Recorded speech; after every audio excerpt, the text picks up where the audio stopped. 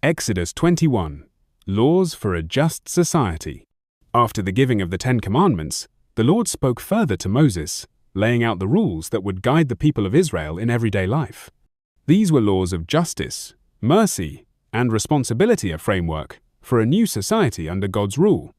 These are the judgments you shall set before them, the Lord said. First came the laws concerning Hebrew servants. If a man became a servant, he would serve for 6 years, but in the 7th, he was to go free without paying anything. If he came alone, he would leave alone. If he came with a wife, she would go with him. But if his master gave him a wife and they had children, the wife and children would remain with the master unless the servant chose to stay. And if he did choose to stay, he would say, "I love my master, my wife, and my children. I will not go free." Then his master would bring him before God and pierce his ear, a sign that he belonged to the household forever. There were also laws for women sold as servants' protections, to ensure they were treated with dignity and justice. If her master failed to honor her or broke his commitment, she was to be set free. Next came the laws of personal injury laws that upheld the value of human life. Anyone who intentionally killed another was to be put to death. But if the killing was unintentional, God would provide a place of refuge.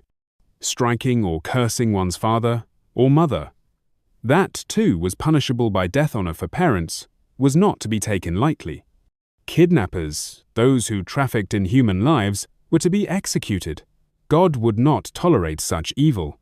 When people fought and one was injured, compensation was required, and if a servant was injured, lost an eye or a tooth, they were to be freed. Even the lowest were protected under God's law. If 2 men fought and harmed a pregnant woman, the punishment would match the harm done. If life was lost, it would be life for life. Eye for eye, tooth for tooth, hand for hand, foot for foot. The law declared not a license for revenge, but a standard of equal justice. Even the animals were not outside God's justice.